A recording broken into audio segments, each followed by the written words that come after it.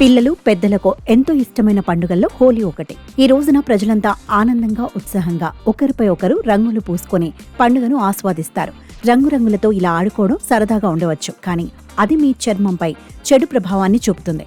ఎందుకంటే రంగుల్లో చాలా వరకు కృత్రిమమైనవే. సరైన జాగ్రత్తలు వహించకపోతే ఇందులోని రసాయనాలు మీ చర్మానికి హాని కలిగించి మీ ఆనందకర క్షణాలను పాడు చేస్తాయి. కొన్ని సందర్భాలలో ఈ రంగులు దీర్ఘకాలిక నష్టం కలిగించవచ్చు. అందుకే హోలీకి ముందే చర్మ సంరక్షణ కోసం ఈ కింది చిట్కాలు పాటించండి.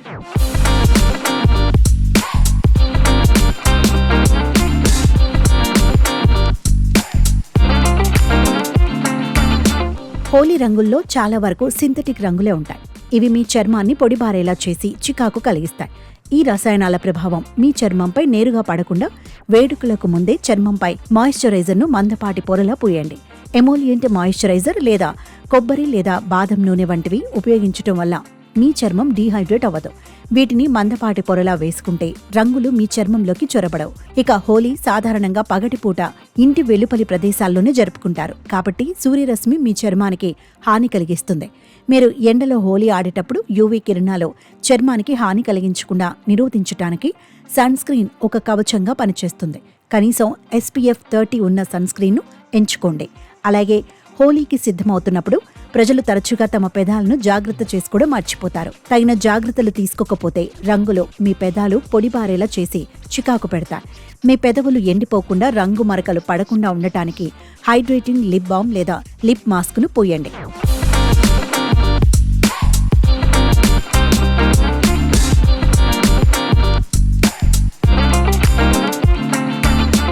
హోలీ రంగులు మీ జుట్టును తీవ్రంగా దెబ్బతీస్తాయి, పొడి బారేలా చేసి తలపై చికాకు కలిగిస్తాయి. అందుకే ముందు నూనెను పూయటం వల్ల రక్షణ పొర ఏర్పడుతుంది. తద్వారా రంగులు కడుక్కోవడం సులభం అవుతుంది. మీ జుట్టు మృదువుగా ఉండాలంటే హోలీ ఆడే ముందు కొబ్బరి లేదా ఆలివ్ నూనె వంటి నూనెను మీ తలపై దట్టంగా రాసుకోండి. ఎక్స్ఫోలియేటింగ్ అంటే చర్మాన్ని స్క్రబ్బింగ్ చేయటం వల్ల రక్షణ పొర పూర్తిగా తొలగిపోతుంది. అప్పుడు రంగులలోని కఠినమైన రసాయనాలు నేరుగా చర్మం లోతుల్లోకి ప్రవేశించి చికాకుకు గురిచేస్తాయి. మెరుగైన రక్షణ కోసం మీ చర్మానికి సహజ అవరోధం కావాలంటే హోలీకి ముందు రోజుల్లో మీ చర్మాన్ని ఎక్స్ఫోలియేట్ చేయవద్దు.